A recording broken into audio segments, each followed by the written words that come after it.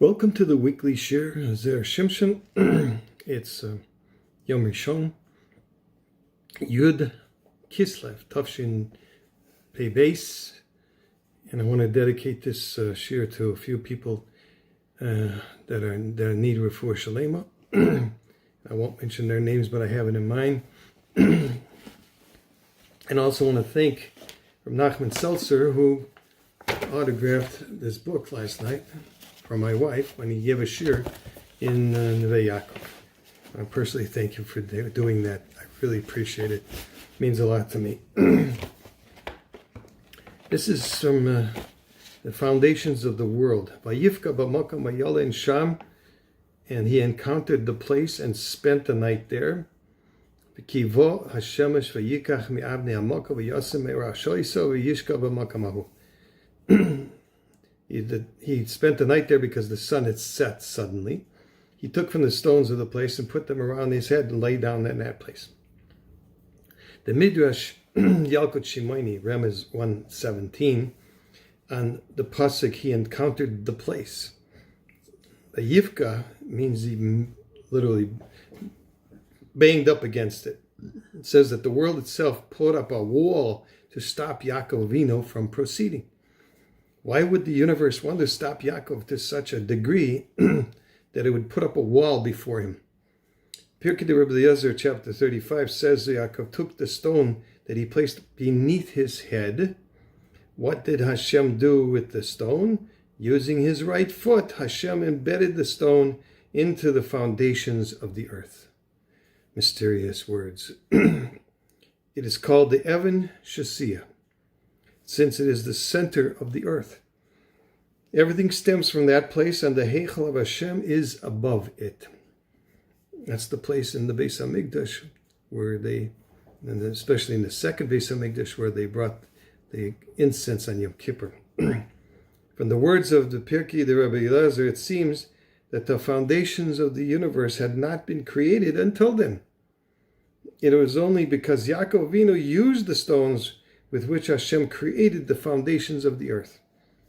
This would explain why the entire world became a wall before Yaakov Avinu. It was intent on stopping him from continuing his journey, so that the yesodus of the universe could be strengthened by his presence.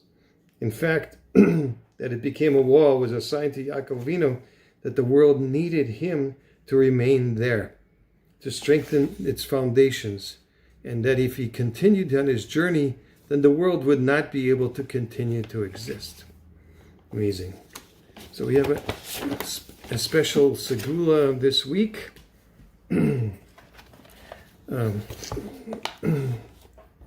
Says as mentioned previously, Klal Yisrael is a unique nation, and one that dwells alone amid the nations of the world, while constantly providing proof to the idea that Hashem is the King of the universe by virtue of who we are. But while the Torah and our nation's role in this world might be relatively easy for people who identify with the Torah way of life to accept, for millions of Jews who don't consider themselves religious, one might imagine that they don't feel a connection to the Torah and the Ribono Shel Olam. And therefore, however, this is simply not true. Consider the following story. As a businessman, I have occasion to leave religious confines of Yerushalayim and Bnei Brak and travel to meetings with clients and partners in offices around Tel Aviv and elsewhere. These offices are filled with people who aren't necessarily religious. And it's my job to make sure that I always serve as a proud ambassador of the Torah community and make a Kiddush Hashem wherever I go. In one of the offices where I find myself on a regular basis, there is a religious secretary who has been married for 7 years, but still waiting for a child. Since I happen to be a person of mature age with a rabbinic demeanor, he's probably a white beard, and the CEO of the company, clearly not a religious person, asked me to bless her and give her an eitzah so she would be able to have children. Now, this guy's not religious. Incidentally, it is a very Israeli thing to do. Such a thing would never happen in the States, where business is business and one's private and public lives are meant to be kept separate. In Eretz Yisrael, on the other hand, everybody knows everyone else's business, and they care enough to get involved. Hence, the CEO's request for a bracha for his employee. At first I was taken aback and even a little bit apprehensive. Though I may look like a Rav, I have a white beard, right, I said, and I wear a long jacket, I'm a businessman and not accustomed to giving blessings. In my mind, the only reason to give someone a bracha is if the bracha has a chance of coming true, which I didn't think mine would.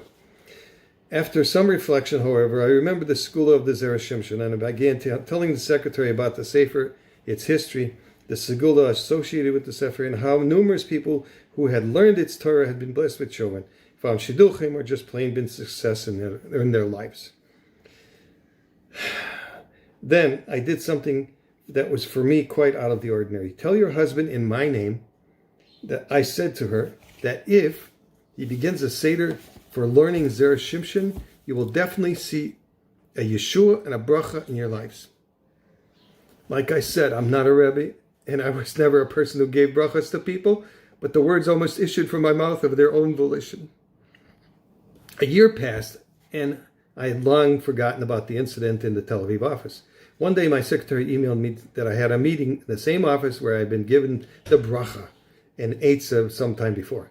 The moment I entered the firm, I was greeted by the head of the company with the warmest welcome I'd ever been given by any company before. He was smiling from one ear to the other, clearly filled with happiness and joy, and I was gratified at being the recipient of such a welcome. I wasn't quite sure why I merited such a royal treatment. Just then, as I stood there somewhat in shock, the boss spoke up in a loud voice, the kind of voice that fills every corner of the room. Do you remember? You remember? I was utterly befuddled by this point, truly at a loss of what was going on. Honestly, I don't remember what we did together that is causing you to treat me so royally. What do you mean? You were here a year ago, weren't you?